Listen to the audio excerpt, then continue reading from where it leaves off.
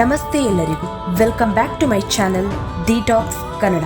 ಕರ್ಮ ಎಂದರೇನು ಎಂಬುದನ್ನು ಅರ್ಥೈಸುವ ವಿಧವಾಗಿ ಒಬ್ಬ ಗುರು ತಮ್ಮ ಶಿಷ್ಯರಿಗೆ ಒಂದು ಕಥೆಯನ್ನು ಹೇಳುವರು. ಅದರಲ್ಲಿ ಒಂದು ದೇಶದ ರಾಜನೊಬ್ಬ ಒಂದು ಆನೆಯ ಮೇಲೆ ಕುಳಿತು ರಾಜ್ಯ ವಿಹಾರ ಮಾಡುತ್ತಿದ್ದನು. ಆಗ ಒಂದು ಅಂಗಡಿಯ ಬೀದಿಯಲ್ಲಿ ಒಂದು ಪ್ರತ್ಯೇಕ ಅಂಗಡಿ ಬಂದಾಗ ರಾಜನ ಪಕ್ಕದಲ್ಲಿದ್ದ ಮಂತ್ರಿಯೊಂದಿಗೆ ರಾಜನು, ಮಂತ್ರಿಗಳೇ, ಏಕೆಂದು ನನಗೆ ತಿಳಿಯುತ್ತಿಲ್ಲ.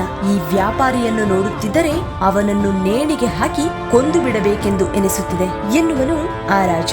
ರಾಜನ ಮಾತನ್ನು ಕೇಳಿದ ಮಂತ್ರಿ ಆಘಾತಗೊಂಡನು. ರಾಜನೊಡನೆ ಏಕೆಂದು ಕೇಳುವುದರೊಳಗೆ ರಾಜ ಆ ಅಂಗಡಿಯನ್ನು ದಾಟಿ ಹೋಗಿಬಿಟ್ಟನು. ಮುಂದಿನ ದಿನ ಆ ಮಂತ್ರಿ ಮಾತ್ರ ಒಂಟಿಯಾಗಿ ಸಾಮಾನ್ಯವಾಗಿ ಆ ಅಂಗಡಿಗೆ ಹೋದನು. ಆ ವ್ಯಾಪಾರಿಯ ಬಳಿ ಸಾಧಾರಣವಾಗಿ ಕೇಳುವ ಹಾಗೆ, ವ್ಯಾಪಾರ ಚೆನ್ನಾಗಿ ನಡೆಯುತ್ತಿದೆಯಾ ಎಂದು ವಿಚಾರಿಸುವನು. ಅದಕ್ಕೆ ವ್ಯಾಪಾರಿಯು ಬೇಸರದಲ್ಲಿ ಉತ್ತರಿಸುವನು. ಗಂಧದ ತುಂಡುಗಳನ್ನು ವ್ಯಾಪಾರ ಮಾಡುವುದಾಗಿ ಹೇಳಿದ್ದ ಆ ಅಂಗಡಿಯವನು, ನನ್ನ ಅಂಗಡಿಗೆ ಗ್ರಾಹಕರೇ ಯಾರೂ ಇಲ್ಲ.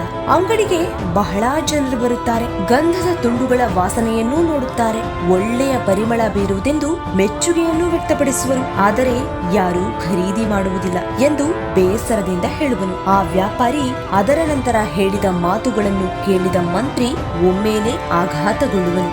ಈ ದೇಶದ ರಾಜ ಸಾಯುವ ದಿನವನ್ನು ಕಾಯುತ್ತಿದ್ದೇನೆ. ಅವನು ಸತ್ತು ಹೋದರೆ ಹೇಗೂ ಹೆಣವನ್ನು ಸುಡಲು ಬಹಳ ಗಂಧದ ತುಂಡುಗಳು ಬೇಕಾಗುತ್ತದೆ. ನನಗೆ ಒಳ್ಳೆಯ ವ್ಯಾಪಾರವಾಗಿ ನನ್ನ ಕಷ್ಟವೂ ಪರಿಹಾರವಾಗುತ್ತದೆ ಎಂದನು ಆ ವ್ಯಾಪಾರಿ. ಅವನು ಹೇಳಿದ್ದನ್ನು ಕೇಳಿದ ಮಂತ್ರಿಗೆ ಮೊದಲ ದಿನ ರಾಜನು ಹೇಳಿದ ಮಾತುಗಳಿಗೆ ಕಾರಣವೇನು ಎಂದು ತಿಳಿಯಿತು. ಆ ವ್ಯಾಪಾರಿಯ ಕೆಟ್ಟ ಭಾವನೆಯೇ ರಾಜನ ಮನಸ್ಸಿನಲ್ಲಿದ್ದ ತದ್ವಿರುದ್ಧವಾದ ಭಾವನೆಗಳು ಅವರಿಗೇ ತಿಳಿಯದ ಹಾಗೆ ಅವರ ಬಾಯಿಂದ ಬರಲ್ಪಟ್ಟಿತ್ತು ಎಂದು ಅರಿಯುತ್ತಾನೆ ಆ ಮಂತ್ರಿ. ತುಂಬಾ ಒಳ್ಳೆಯವನಾದ ಆ ಮಂತ್ರಿ ಈ ವಿಷಯವನ್ನು ಸರಾಗವಾಗಿ ಬಗೆಹರಿಸಲು ತೀರ್ಮಾನ ಮಾಡಿದನು. ತಾನು ಯಾರೆಂದು ತೋರಿಸಿಕೊಳ್ಳದೆ ಅವನು ವ್ಯಾಪಾರಿಯ ಬಳಿ ಕೆಲವು ಗಂಧದ ತುಂಡುಗಳನ್ನು ಖರೀದಿ ಮಾಡುವನು. ಅದರ ನಂತರ ಮಂತ್ರಿ ಆ ತುಂಡುಗಳನ್ನು ತೆಗೆದುಕೊಂಡು ಅರಸನ ಬಳಿ ಹೋಗಿ, ನಿನ್ನೆ ಅರಸನು ಹೇಳಿದ ಆ ಗಂಧದ ಮರದ ವ್ಯಾಪಾರಿಯು ಅರಸನಿಗೆ ಇದನ್ನು ಉಡುಗೊರೆಯಾಗಿ ಕೊಟ್ಟಿದ್ದಾಗಿ ಹೇಳಿ ಅದನ್ನು ರಾಜನ ಬಳಿ ಕೊಡುವನು. ಆ ಚಿನ್ನದ ಬಣ್ಣವುಳ್ಳ ಗಂಧದ ತುಂಡುಗಳನ್ನು ತೆಗೆದು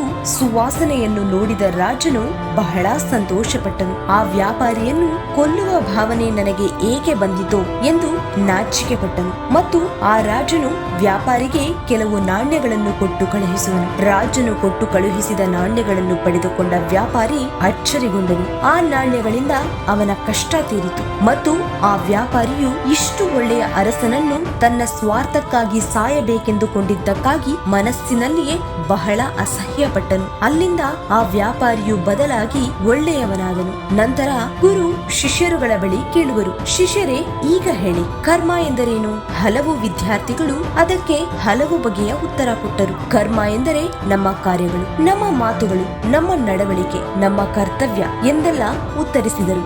ಗುರುವು ಬಲವಾಗಿ ತಲೆಯಾಡಿಸುತ್ತಾ ಹೇಳಿದರು, ಇಲ್ಲ ಇಲ್ಲ, ಕರ್ಮ ಎನ್ನುವುದು ನಮ್ಮ ಭಾವನೆಗಳೇ. ನಾವು ಬೇರೆಯವರ ಮೇಲೆ ಒಳ್ಳೆಯ ಭಾವನೆಗಳನ್ನು, ಯೋಚನೆಗಳನ್ನು ಇಟ್ಟಿದ್ದರೆ ಆ ಒಳ್ಳೆಯ ಭಾವನೆಗಳು ಬೇರೆ ಯಾವುದೋ ರೂಪದಲ್ಲಿ ನಮಗೆ ಸಾಧಕವಾಗಿ ಮರಳಿ ಬರುತ್ತದೆ. ಅದಕ್ಕೆ ಬದಲಾಗಿ ನಾವು ಬೇರೆಯವರ ಮೇಲೆ ಕೆಟ್ಟ ಯೋಚನೆಗಳನ್ನು ಹೊಂದಿದ್ದರೆ ಅದೇ ಭಾವನೆ ನಮಗೆ ಕೆಟ್ಟ ದಾರಿಯಲ್ಲಿ ಮರಳಿ ಬಂದು ಸೇರುತ್ತದೆ. ನಾವು ಯಾವುದನ್ನು ಹುಡುಕುತ್ತೇವೋ ಅದುವೇ ನಮಗೆ ಸಿಗುವುದು. ನಾವು ಏನನ್ನು ಯೋಚಿಸುತ್ತೇವೋ ಅದುವೇ ನಡೆಯುವುದು. ಆದ್ದರಿಂದ ಒಳ್ಳೆಯದನ್ನು ಹುಡುಕುವ, ಒಳ್ಳೆಯದನ್ನೇ ಯೋಚಿಸುವ, ಒಳ್ಳೆಯದೇ ನಡೆಯುವುದು. ಇಂದಿನ ಈ ವಿಡಿಯೋ ನಿಮಗೆ ಇಷ್ಟವಾಗಿದ್ದರೆ ಲೈಕ್ ಮಾಡಿ, ಹಾಗೆ ಶೇರ್ ಮಾಡಿ. ಇಂತಹ ಅನೇಕ ಉತ್ತಮ ವಿಡಿಯೋಗಳಿಗಾಗಿ ಚಾನೆಲ್ಗೆ ಸಬ್ಸ್ಕ್ರೈಬ್ ಮಾಡಿ.